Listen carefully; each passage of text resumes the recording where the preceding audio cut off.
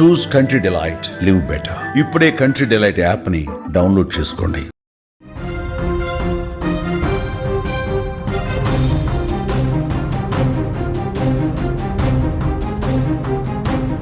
Big breaking చూస్తున్నాం. జపాన్ని భయపెడుతున్న Rio టత్సుకి జ్యోతిషం. సునామీ, అది కూడా మామూలు సునామీ కాదు, ఒక మెగా సునామీ రాబోతోందని జపనీస్ బాబా వాంగా రియో టత్సుకి చెప్పారు. భయంతో జపాన్ ప్రజలు వణికిపోతున్నారు. ఇప్పటికే జపాన్లో వరుసగా భూకంపాలు సంభవిస్తున్నాయి.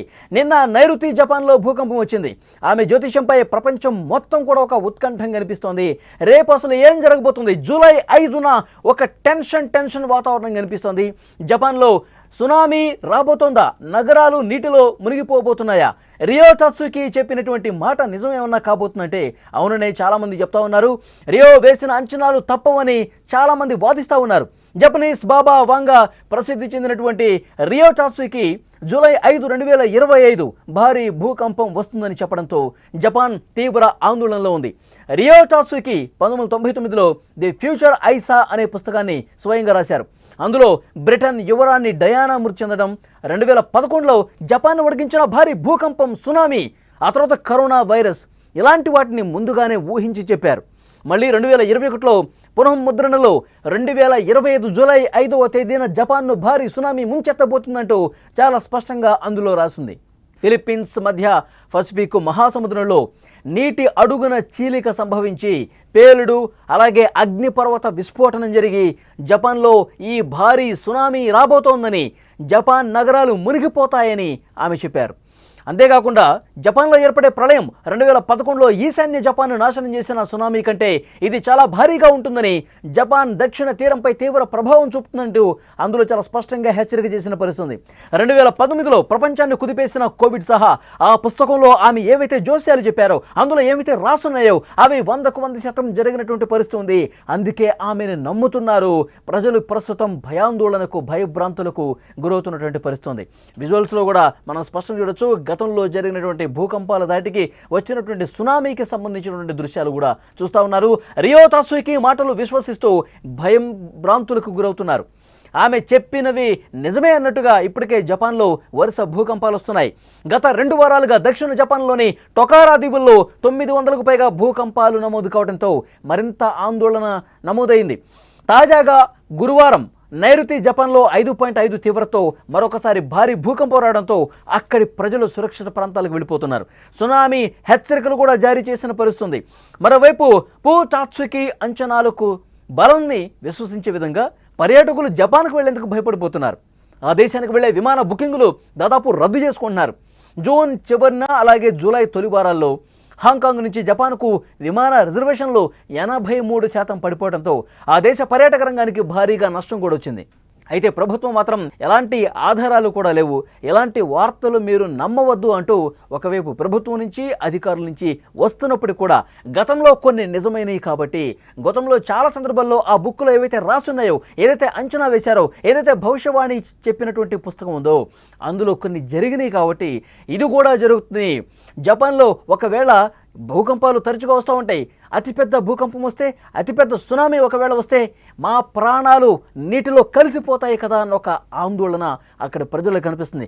ఒకవైపు ప్రభుత్వం చెప్తున్నప్పటికీ అధికారులు దీన్ని కొట్టిపారేస్తున్నప్పుడు కూడా నమ్మేవాళ్ళు చాలామంది ఉన్నారు. ప్రపంచం మొత్తం ఇప్పుడు ఇదే ఉత్కంఠ కనిపిస్తోంది. బాబా వంగా రాసినటువంటి ఆ పుస్తకంలో జూలై 5 డిజాస్టర్ కాబోతోంది. జూలై 5న ఒక భారీ సునామీ, అగ్నిపర్వతం విస్ఫోటనం కాబోతుంది. ఫిలిప్పీన్స్, ముఖ్యంగా మధ్య పసిఫిక్ మహాసముద్రంలో నీటి అడుగు భాగాన అతిపెద్ద పేలుడు రాబోతోంది. అతిపెద్ద మహా విస్ఫోటనం జరగబోతోంది. దాని ధాటికి పెద్ద ఎత్తున భూకంపము, దానితో పాటు ఒక భారీ సునామీ రాబోతోంది. జపాన్ని కమ్మేయబోతోంది. జపాన్లో ఉన్నటువంటి ప్రధాన నగరాలు నీటి అడుగుకు వెళ్ళిపోబోతున్నాయి అంటూ పెద్ద ఎత్తున ఒక ప్రచారం జరుగుతున్నటువంటి పరిస్థితి కనిపిస్తుంది. జపాన్లో ముఖ్యంగా టొకారా దీవుల్లో ఏదైతే జూలై 5న భారీ సునామీ రాబోతుందని చెప్పి పుస్తకంలో రాసి ఉంది, దాన్ని నిజం చేసే దాంట్లో భాగంగా గత 2 వారాల్లో జపాన్లో పరిస్థితి ఏంటి, వాస్తవ పరిస్థితులు ఏంటి అంటే 900 సార్లు చిన్న భూకంపాలు వచ్చినాయి. జూలై 5 కంటే ముందు 2 వారాల ముందు 900 సార్లు భూమి కదిలింది అంటే అక్కడి స్థానికులు చాలా అంటే చాలా భయంతో కాలం గడుపుతున్నారు. ముఖ్యంగా టొకారా దీవుల్లో అక్కడ స్థానికంగా ఉన్నటువంటి ప్రజల్ని మొత్తం కూడా వాళ్ళందరినీ బయట ప్రాంతాలకు సురక్షిత ప్రాంతాలకు వెళ్ళిపోవాలని చెప్తున్నారు. టొకారా దీవుల్లో జనం చాలా తక్కువ ఉంటారు, కొద్దిగా ఊరట కలిగించే విషయం.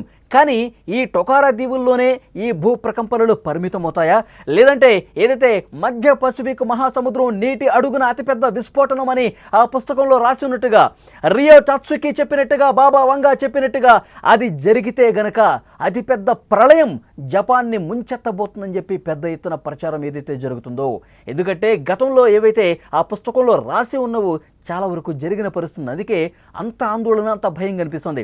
ప్రిన్సెస్ డయానా మృతి కావచ్చు, లేదంటే కరోనా వచ్చి ఒక అతిపెద్ద విపత్తు సంభవిస్తుందని చెప్పి అందులో కరోనా కూడా సంబంధించి రాసి ఉండటం, దాంతోపాటు మరికొన్ని విషయాలు కూడా అందులో పొందుపరిచి ఉన్నాయి. 2011 భూకంపం కూడా, సునామీ కూడా అందులో రాస్తుంది.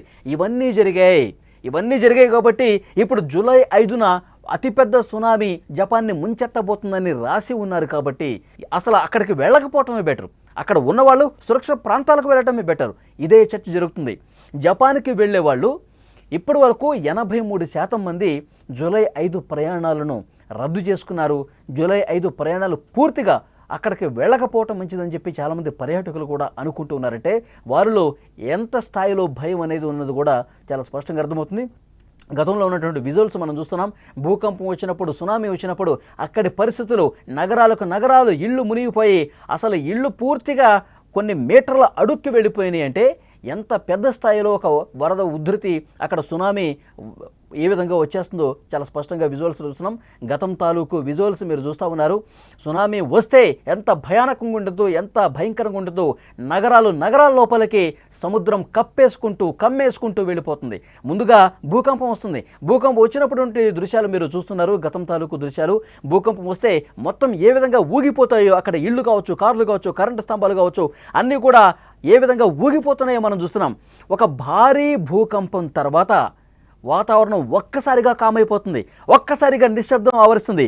కొన్ని నిమిషాలలోనే భూకంపం తర్వాత కొన్ని నిమిషాలు గ్యాప్ ఇచ్చిన తర్వాత అంతా నిశ్శబ్దంగా ఉన్న సమయంలో ఒక్కసారిగా పెద్ద ఎత్తున అలలతో సముద్రం నగరాల్లోకి చొచ్చుకొచ్చేస్తుంది. పెద్ద అలలతో జనాల మీదకి, నగరాల మీదకి వచ్చేసినటువంటి సందర్భాలు ఉన్నాయి. అలాంటి అతిపెద్ద సునామీ, ఒక మెగా సునామీ కనుక జపాన్ని ముంచెత్తితే మాత్రం బాబా వంగా ఏదైతే జ్యోతిష్యం ఉందో, బాబా వంగా రాసినటువంటి ఆ పుస్తకం ఉందో దాని మీద మరింత నమ్మకం పెరిగే అవకాశం చాలా స్పష్టంగా కనిపిస్తుంది. అందరికి కూడా ఇప్పుడు జూలై 5వ తారీఖు ఏం జరగబోతుందని ఒక టెన్షన్ అయితే ప్రపంచవ్యాప్తంగా ఆ టెన్షను, ఆ ఉత్కంఠతని కనిపిస్తోంది. ప్రజలు ఎంత బలంగా నమ్ముతున్నారంటే వాళ్ళ ప్రయాణాలను కూడా పూర్తిగా రద్దు చేసుకున్నారు. అక్కడ ఆల్రెడీ నివసిస్తున్న వాళ్ళు చాలా దూరంగా వెళ్తున్నారు. ప్రభుత్వం ఒకవైపు చెప్తున్నప్పటికీ కూడా అధికార యంత్రాంగం అక్కడ ఒకవైపు ఏర్పాట్లు చేస్తూ ఉన్నారు, సురక్షిత ప్రాంతాలకు తరలించింది. ఎందుకంటే ఇప్పటికే అక్కడ 900 సార్లు చిన్న భూ ప్రకంపనలు వచ్చాయి కాబట్టి ప్రభుత్వం తీసుకోవాల్సిన జాగ్రత్తలు తీసుకున్నారు. కానీ ఏదైతే పుస్తకంలో రాసిందో, బాబా వంగా చెప్పిందో, జూలై 5వ తారీఖు ఒక మెగా సునామీ అని చెప్పి చెప్తా ఉన్నారు. నగరాలు ఈ సునామీ ముంచేసి అల్లకల్లోలం జరుగుతుంది, సగం జపాన్ సర్వనాశనం కాబోతున్నట్టు ఏదైతే రాసి ఉందో అది జరగటానికి అవకాశమే లేదని చెప్పి అధికారులు కావచ్చు, ప్రభుత్వం కావచ్చు, కొంతమంది శాస్త్రవేత్తలు కూడా కొట్టిపారేస్తున్నటువంటి పరిస్థితి.